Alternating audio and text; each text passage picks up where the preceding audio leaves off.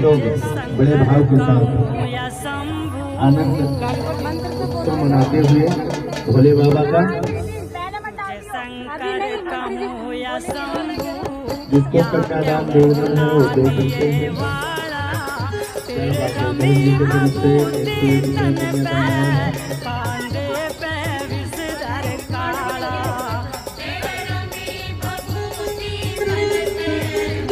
101 कन्यादान है।